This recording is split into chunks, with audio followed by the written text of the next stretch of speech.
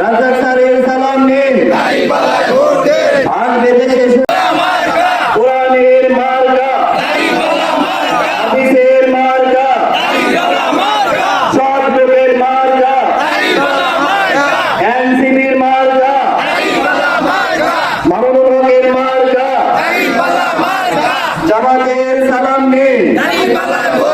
এই বাংলাদেশের 54 বছরের অনেক শাসন আমরা দেখেছি, যে শাসনে এই দেশের মানুষের কোনো ভাগ্যের পরিবর্তন হয় নাই, চাঁদাবাদ বন্ধ হয় নাই, সন্ত্রাস বন্ধ হয় নাই, মদ জুয়া হানাহানি কোনো কিছু বন্ধ হয় নাই।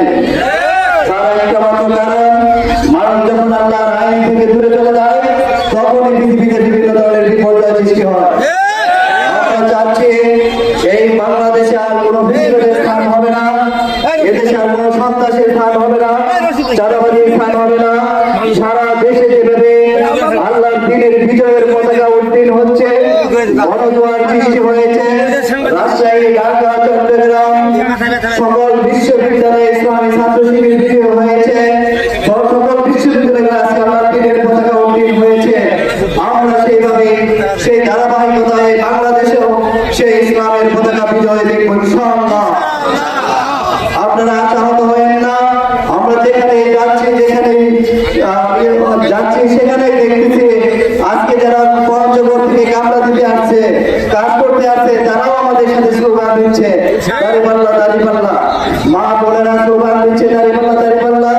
বিদেশি যারা আছে তারা তাদের 80-90% আজকে জামাত ইসলামী বাংলাদেশের পতাকা ধরে সামিল হচ্ছে এবং তারা তাদের বাড়িতে ফোন করে বলে দিচ্ছে যে জামাত ইসলামীকে একমাত্র দেশের ক্ষমতায় আনতে হবে, তাহলে এই দেশের মানুষ শান্তি পেতে পারে। সুতরাং বিজয়ের যে ঢেউ উঠেছে, এই ঢেউয়ে আমরা কালীঘাটিতেও বিপুল ভোটে ইনশাআল্লাহ আমাদের এই যোগ্য এবং সৎ প্রার্থীকে বিজয় করে এই কালীঘাটি থেকে ইসলামের আওয়াজ বুলন্দ করে আমরা কালেমার পতাকা উড়িয়ে সারা বাংলাদেশকে দেখিয়ে দেব যে এখানে এখন ইসলামী শাসন ছাড়া আর কোনো শাসন চলবে না, আল্লাহর আইন ছাড়া আর কোনো শাসন চলবে না, সৎ লোকের শাসন ছাড়া আর কিছু হবে না। আমরা সুন্দরভাবে মিছিল করবো, সুন্দর এবং সাবলীল ভাবে যে সমস্ত স্লোগান গুলো আছে আমরা সেগুলো দিব। নারায়ে